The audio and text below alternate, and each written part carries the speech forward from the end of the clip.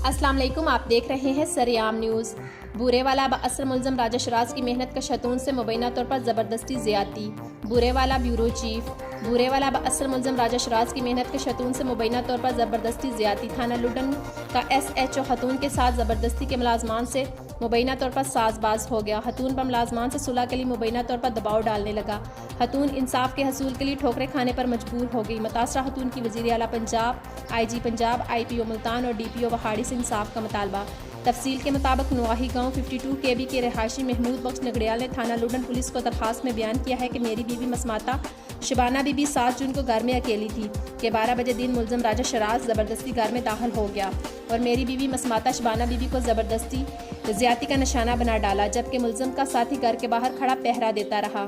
मुतासरा खतून शबाना बीबी और इसके शोहर महमूद बख्श नगड़ियाल ने मीडिया से गुफ्तगू में कहा है कि थाना लुडन का SHO ज़्यादती के मुलाजमान से साजबाज हो गया। हम जब थाना जाते हैं। मज़ीद खबरों और अपडेट्स के लिए देखते रहें सरेआम न्यूज़।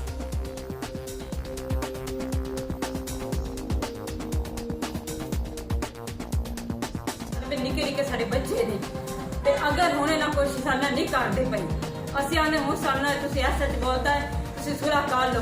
असी सुलह नहीं कर सकदे कहंदे तुसीं सुलह कर लो तो ठीक है ते ना असी करो तो ना असी अंदर डक लेना है।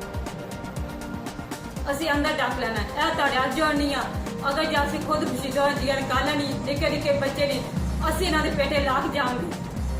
सानूं साफ चाहिदा है, सानूं साफ चाहिदा। असी कुछ नहीं आ सकदे इन्हां नूं ते बड़े तगड़े बंदे ने सच वो भी इन्हां दा साथ मिल गया भी।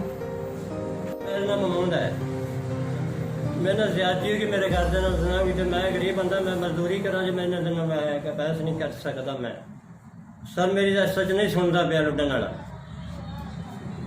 पर्चा करवाया उन्होंने मैं खारिज करना चाहता हद पीछा शुरू करो जी सवेरे चले जाते उन्होंने सुनते हैं। मैं गरीब बंदा जिमीदार मैं ना सुनता मेरी मैं गरीब बंदा मेरी आदा वास्ते सुन लो मेहरबानी करो मेरी इज्जत मोड़ पा दो।